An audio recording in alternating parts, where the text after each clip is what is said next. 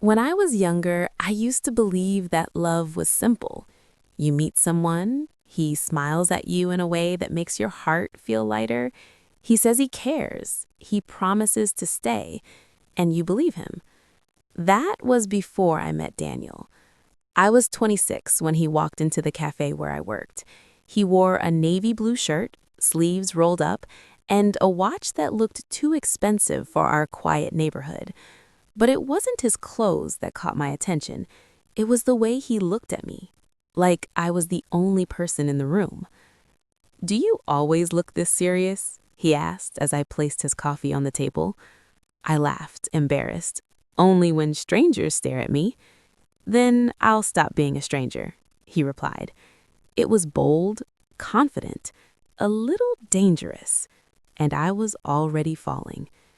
Daniel started coming in every afternoon. Sometimes he ordered coffee, sometimes he ordered nothing and just talked. He told me he worked in marketing, that he lived alone, that he had moved to the city for a fresh start. "I don't believe in complicated relationships," he once said. "I'm too old for games." That sentence felt like safety. After a month, we were officially dating.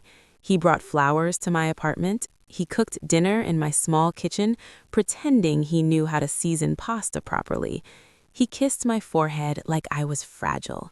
And he always said the right things. "You're different. I've never felt this way before. I can see a future with you." I had dated men before. Some were careless, some were honest but distant. Daniel was different. He made me feel chosen. So when he said he loved me, I believed him. The first lie was small. He said he was working late one Friday night. I didn't question it. People work late. Adults have responsibilities. But when I called him at 10:30 p.m., his phone was off. The next morning, he apologized. "My battery died. We were in meetings all night. I'm exhausted." I felt silly for worrying. I told myself not to be that insecure woman who doubts everything. Trust is important, I reminded myself. The second lie was softer, more subtle. We were walking through a shopping mall when a woman approached him. "Daniel?" she asked, her voice tight. He froze for a second, just a second, then he smiled politely.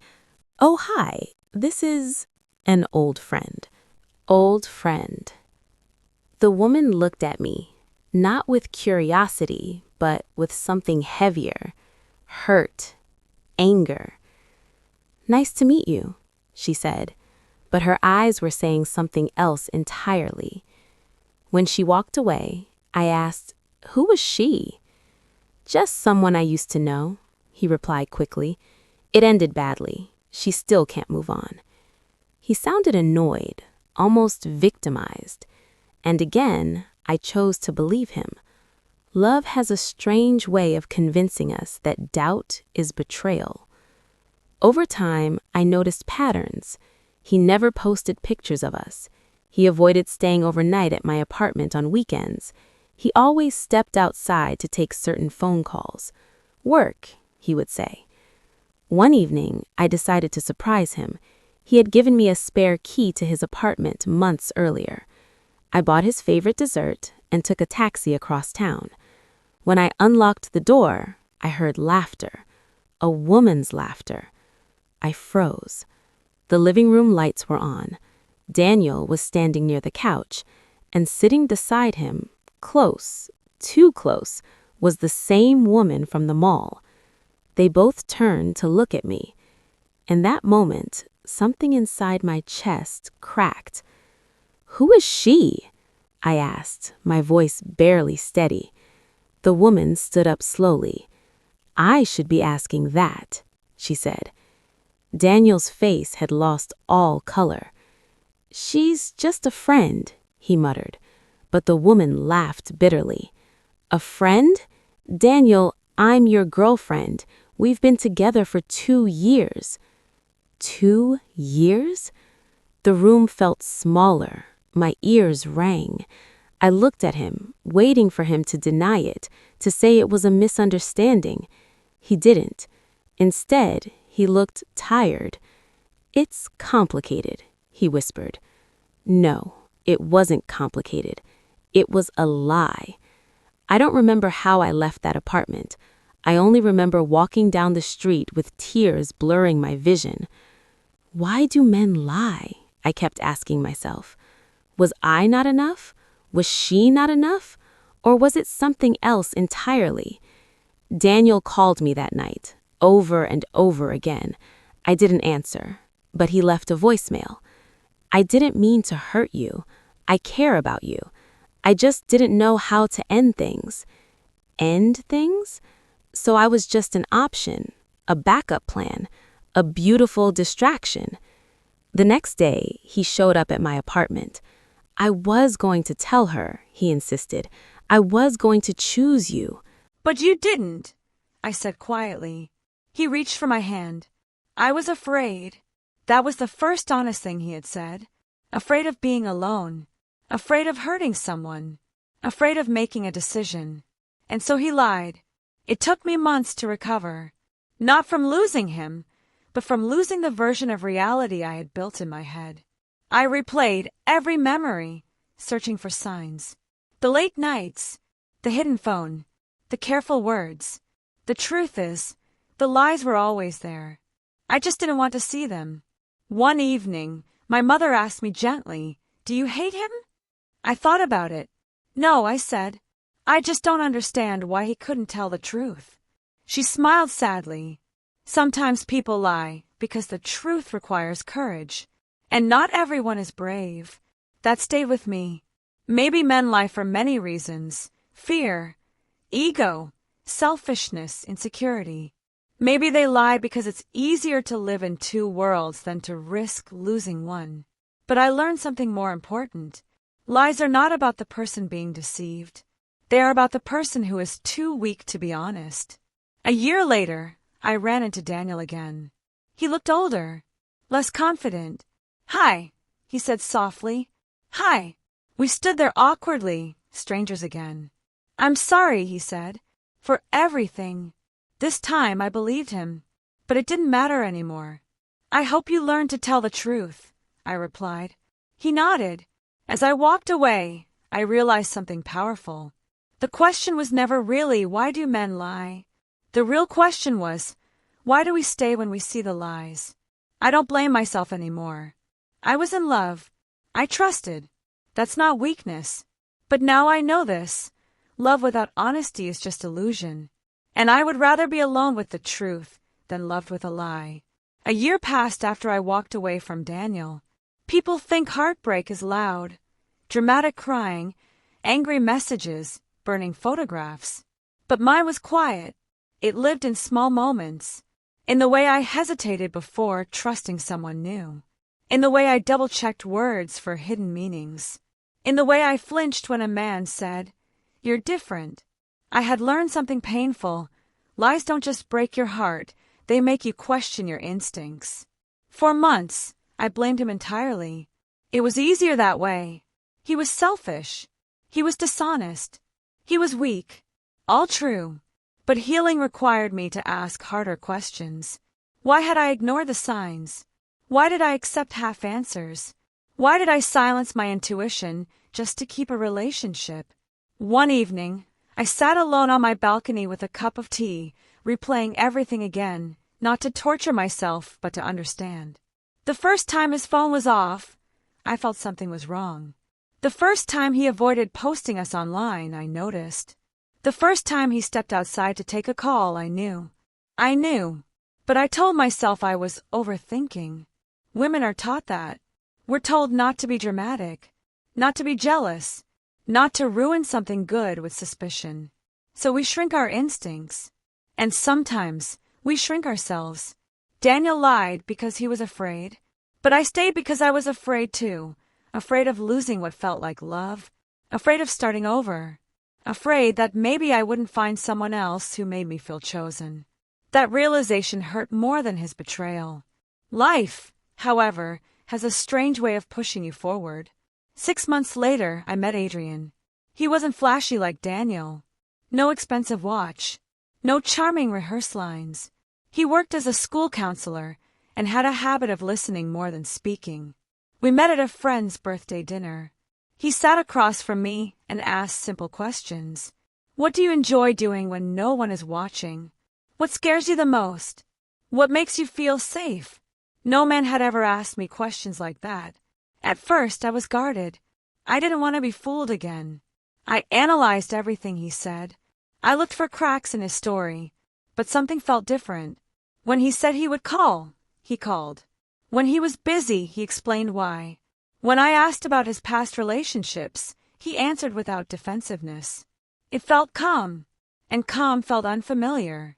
One night, as we were walking home after dinner, I finally said it. I need to tell you something. He looked at me patiently. Okay, I was with someone who lied to me for months. I didn't see it, or maybe I refused to see it, and I'm scared of being that blind again. He didn't rush to defend himself. He didn't say, I'm not like other men. Instead, he said something simple. You're not blind. You trusted someone. That's brave. Brave. I had never thought of it that way.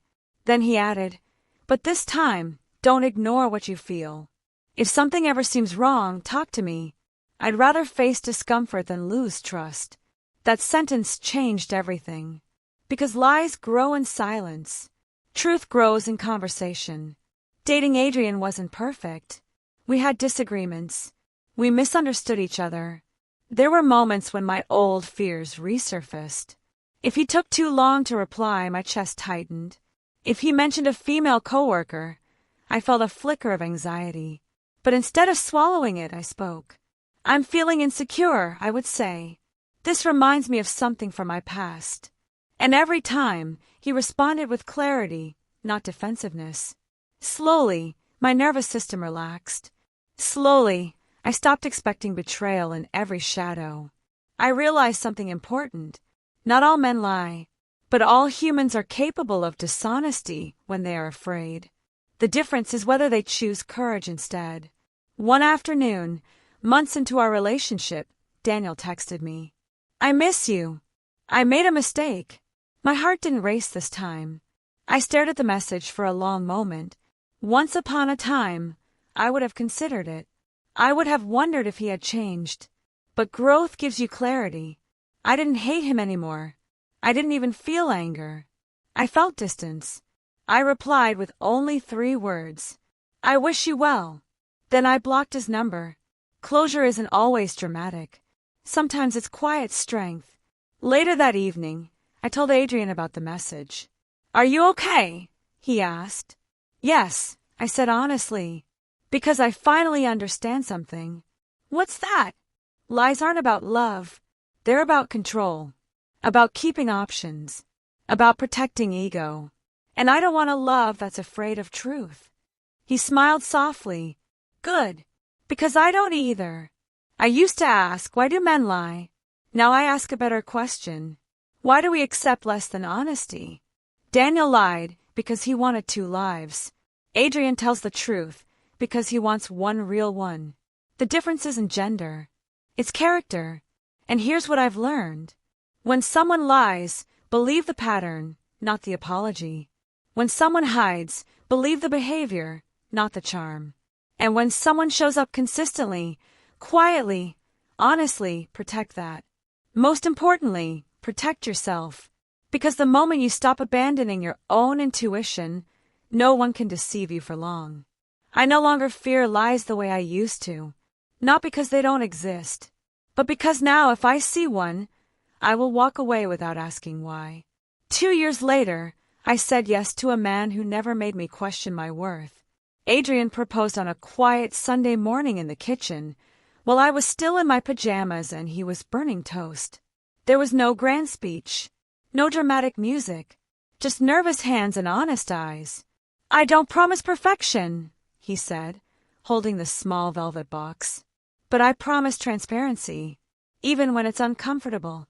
I laughed through my tears. That's all I want. And for the first time in my life, I understood something deeply. Honesty is romantic. Not flowers, not expensive dinners, not charming words. Honesty. Marriage didn't magically erase my past. Trauma doesn't disappear just because you find someone good. There were still moments. One night, Adrian came home late from work. He had texted me earlier saying he had an emergency session with a student, but as the clock passed 10, old fears began to whisper. What if he's lying? What if history is repeating itself? My stomach tightened. When he walked through the door, exhausted but calm, I didn't stay silent. You're late, I said gently. And I know you told me why, but my mind went somewhere dark. He set his bag down and came closer. Thank you for telling me, he said. Do you want to see my schedule? Or call the school? There was no anger in his voice, no defensiveness, just openness. And suddenly, I realized the difference between a liar and an honest man isn't perfection. It's willingness to be accountable. I trust you, I said finally. I just needed reassurance.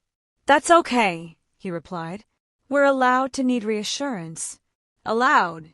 What a beautiful word. A few months into our marriage, I met Daniel one last time. It wasn't planned. I was attending a work conference at a hotel downtown when I saw him near the elevator. He looked surprised, then awkward, then strangely relieved. Wow, he said. It's been a long time. Yes, I replied calmly. We stood in silence for a moment. Two people who once shared secrets, now strangers with history. I heard you got married, he said.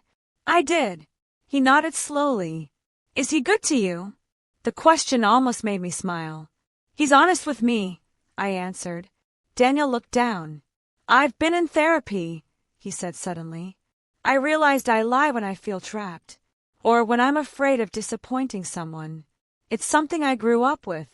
My father lied to avoid conflict. I guess I learned the same. It was the most self-aware I had ever seen him. For the first time, I didn't see him as a villain. I saw him as a man who never learned emotional courage. I hope you break that pattern, I said sincerely. I'm trying, he replied. And that was it. No anger. No longing. No regret. Just understanding. That night, I told Adrian about the encounter. Do you still have feelings for him? He asked gently. The question wasn't suspicious. It was curious. Safe. No, I said honestly. I have compassion for him. But not love. Adrian nodded. I'm glad you saw him, he said. Sometimes we need to see who we were to appreciate who we are now. He was right. I once loved a man who lied because he was afraid of losing options. Now I love a man who stays, even when staying requires hard conversations. A year later, I gave birth to our daughter. Holding her for the first time, I felt a wave of responsibility wash over me. I wanted her to grow up knowing that love should feel safe, that honesty is non-negotiable, that intuition is powerful. One evening, as Adrian rocked her to sleep, I watched them quietly. Do you ever think about why people lie? I asked him. He thought for a moment. I think most lies are rooted in fear, he said. Fear of rejection. Fear of consequences. Fear of not being enough. And what stops someone from lying? He looked at me. Loving someone more than you fear the outcome. That sentence settled deep inside my heart. I used to believe the story was about men. Why do men lie? But now I know the story was about growth. Some men lie because they are immature. Some lie because they are selfish. Some lie because they never learned how to face conflict. And some don't lie, not because they're perfect, but because they choose courage over comfort. The real transformation, though, wasn't Daniel. It was me. I stopped confusing intensity with love. I stopped ignoring red flags for romantic fantasies. I stopped shrinking my instincts to protect someone else's ego. And most importantly, I stopped asking why someone else lied and started asking why I tolerated it. Years from now, if my daughter ever comes to me with tears in her eyes and asks, "Why do men lie?" I'll tell her this. Some people lie because they're afraid. But your job is not to fix their fear. Your job is to protect your peace. Love is not proven by how much pain you endure. It's proven by how much truth you can share. As I lie beside my husband at night, Feeling safe in a way I once thought was impossible, I finally understand something that took me years to learn. The opposite of lying isn't just truth. It's courage. And real love will always have the courage to stay honest. 10 years passed faster than I expected. Our daughter, Liana, grew into a curious, sharp-eyed little girl who asked too many questions and missed almost nothing. She had Adrian's patience and my intensity, a combination that both amused and terrified me. One afternoon, when she was 12, she came home unusually quiet. I knew that silence. It was the kind that carries confusion. "Everything okay?" I asked gently as she dropped her school bag near the couch. She hesitated. "Mom, can I ask you something?"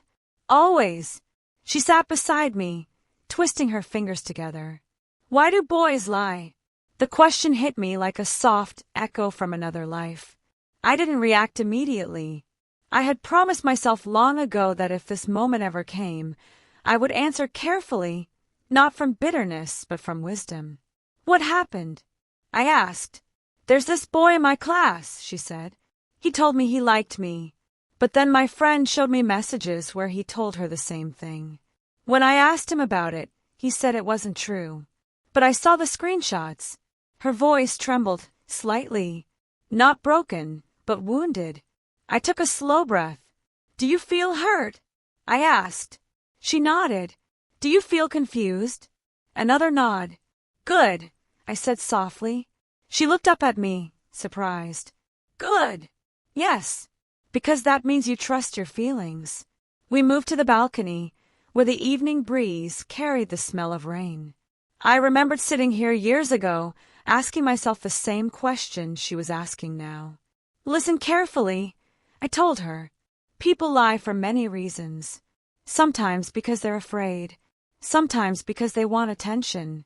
Sometimes because they don't know how to handle being honest." "Does that mean he's a bad person?" she asked. "Not necessarily," I said. "But it does mean he's not ready for something real." She thought about that. "So what do I do?" "You decide what kind of treatment you accept." She stared at the sky for a long moment. "I don't like how this feels." "Then that's your answer." Later that night, after Liana went to bed, I told Adrian about our conversation. He listened quietly. "Do you think we did enough?" I asked him. "To teach her about honesty." He smiled gently. "We showed her. That matters more than lectures." He was right. Children don't learn from what we say. They learn from what we live. She had grown up watching two adults disagree respectfully, apologize sincerely, communicate openly. She had seen us choose truth, even when it was uncomfortable. And that example was stronger than any speech. A week later, Liana came home lighter. "I told him I don't like being lied to," she said casually while grabbing a snack. "And?" I asked. "He said I was overreacting." She shrugged. "So I stopped talking to him." I blinked. "That's it. That's it," she replied simply. No drama. No chasing. No trying to prove her worth. Just boundaries. In that moment, I felt something close inside me, a chapter that had once begun with tears. That evening, I found myself reflecting again on the question that had shaped so much of my younger years. Why do men lie? The answer, I realized, had never been simple. And it was never only about men. People lie when they lack emotional tools. People lie when they value comfort over integrity. People lie when they fear consequences more than they value connection. But here's the deeper truth. Lies survive only where they are tolerated. And tolerance often comes from insecurity. When I was younger, I accepted half-truths because I feared being alone. Now I understand something profound. Being alone is peaceful.